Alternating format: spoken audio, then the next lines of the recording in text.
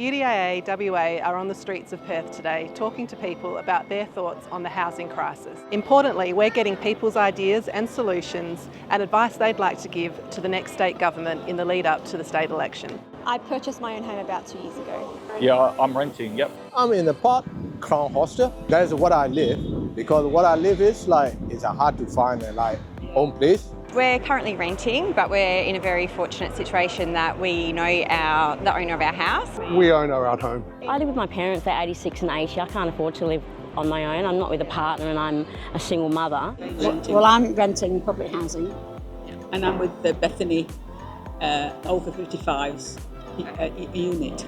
We have been looking around to buy for probably about the last 5 or 6 years, but we missed that boat and we would never buy in this market right now. It has been challenging, and that's from every state around Australia. Houses are really expensive. It took me about 10 years to save my deposit. A lot of the people around me that struggle is just really the pricing. The mortgage rates just consistently going up is just really hard. The rent's just going up. So many people going to rental inspections.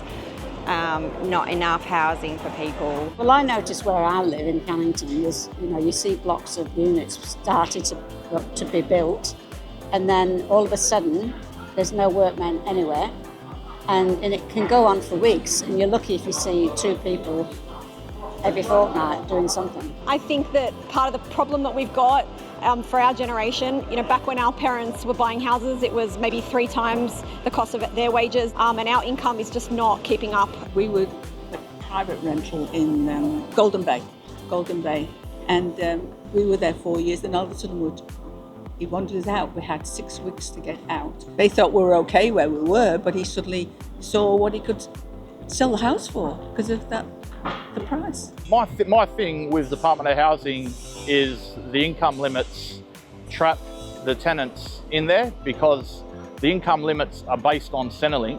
I think the income limits for Department of Housing should be based on a minimum wage job. You can't base it on Centrelink. So I want to catch up the food price, living costs, and utility use. So affordability is a huge issue Australia-wide. And I think the days of building brick and tile houses are gone. Some quicker ways. Affordable homes or just different ways of building. Haven't they you don't have to started rely that on in it. the eastern states, affordable homes? I mean, You're not having to rely on brickies. Yeah. So it's more about addressing the entry level as well as the middle income, which is very quickly dwindling given the hyperinflation problem and interest rates at the moment. Maybe locking in tenant agreements, maybe making them a bit easier for when people get in, locking in the term and a set price for a certain amount of time.